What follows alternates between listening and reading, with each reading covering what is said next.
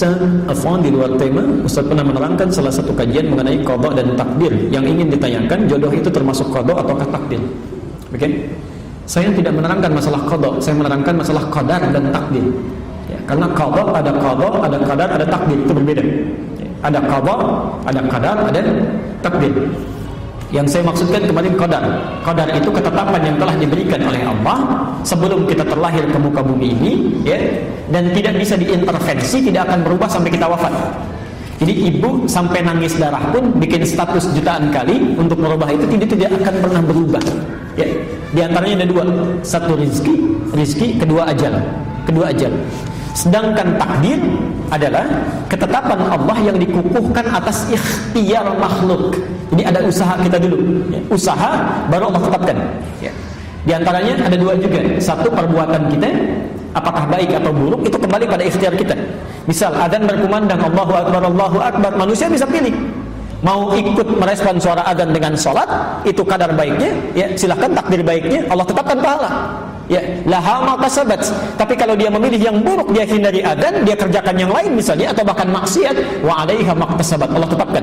Ya, supaya manusia memilih yang baik, Allah turunkan hidayah, diberikan hidayah. Quran surah 29 ayat 69. Jodoh masuk yang mana? Jodoh masuk kepada takdir, ya, bukan qadar. Dia harus usaha dulu, usaha cari. Makanya kata Nabi, tunkahul mar'atu li arba'in. Ya, perempuan dinikahi lewat 4 hal. Kenapa bahasanya dinikahi? Karena perempuan cenderung menunggu laki-laki yang aktif, ya. Tapi bukan berarti perempuannya diam, tidak, menunggu dalam kebaikan. Jadi kalau ibu ingin mendapatkan misal anaknya calon yang saleh, anak perempuannya, maka perempuannya pun beramal yang saleh.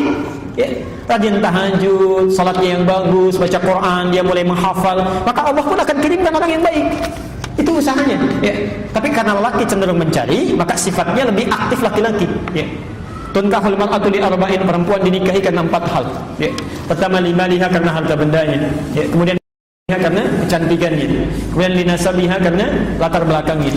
Kemudian yang terakhir, lidiniha, karena faktor kesolehan agamanya. Ya. Fadfar bidzatid dini taribat yadak. Pilih yang keempat, itu yang paling bagus. Maaf, suka ada keliru menerjemahkan. Limaliha itu sering diartikan dengan yang banyak hartanya. Saya kurang sepakat, ya. Walaupun ada kecenderungan orang memilih itu yang banyak harta, ya. Sebetulnya yang dimaksudkan adalah yang bisa mengelola harta suaminya, bisa mengatur, ya. Jadi kalau suami punya pendapatan 5 juta calon suami, jangan cari calon istri yang zakat mualnya saja 10 juta. Enggak akan nyambung. Dicari pasangan yang sesuai, ya, punya kemampuan 5 juta, cari yang bisa mengatur harta suami dengan 5 jutanya. Itu maksudnya, ya. Jamaluha bukan jamilah. Kalau jamilah itu cantik, paras. Tapi kalau jamal itu keindahan, ya. Kadang-kadang mohon maaf, ada kecantikannya nilainya misalnya 100, ya. Tapi cerewetnya juga 1000.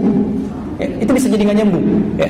Yang dimaksud jamal itu kecantikannya bisa kepada paras, bisa kecantikannya di dalam. Orang katakan inner beauty misalnya, ya. Jadi itu yang membuat ketenangan dalam rumah tangga. Saya beri contoh, misal istri Nabi Zainab dengan Khadijah, cantik mana? Sudah pernah lihat belum? Bagaimana bisa jawab itu? Oke.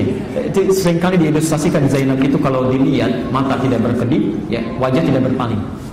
Karena itu Nabi pernah dituduh, Nabi itu menikahi Zainab karena hasrat saja, ya. Tapi itu terbantahkan oleh fakta sejarah. Beliau tidak punya keturunan dari situ, ya. Dan yang paling menarik, ternyata dengan Khadijah itu yang disebut-sebut sampai dalam mimpinya. Khadijah, Masya Allah. Kenapa bisa disebut demikian? Jawabannya ada di Al-Bukhari nomor hadis yang keempat. Silahkan dicek itu. Silahkan dicek. Ada ibu bapak bisa bayangkan, Nabi saat sedang gelisahnya, takutnya lihat Khadijah saja itu hilang setengah kegelisahannya.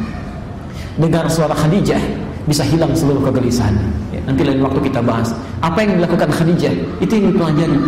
Makanya sering saya katakan, kenapa Nabi diizinkan menikahi lebih daripada 4 perempuan? Karena seluruh karakter perempuan di muka bumi ini terangkum pada istri-istrinya Rasulullah SAW. Silakan ibu pelajari, ibu akan temukan ternyata ibu mirip siapa nanti, bisa kelihatan di situ. Ya. Jadi saya kira di situ, ya, jodoh itu bagian dari takdir, bukan qadar.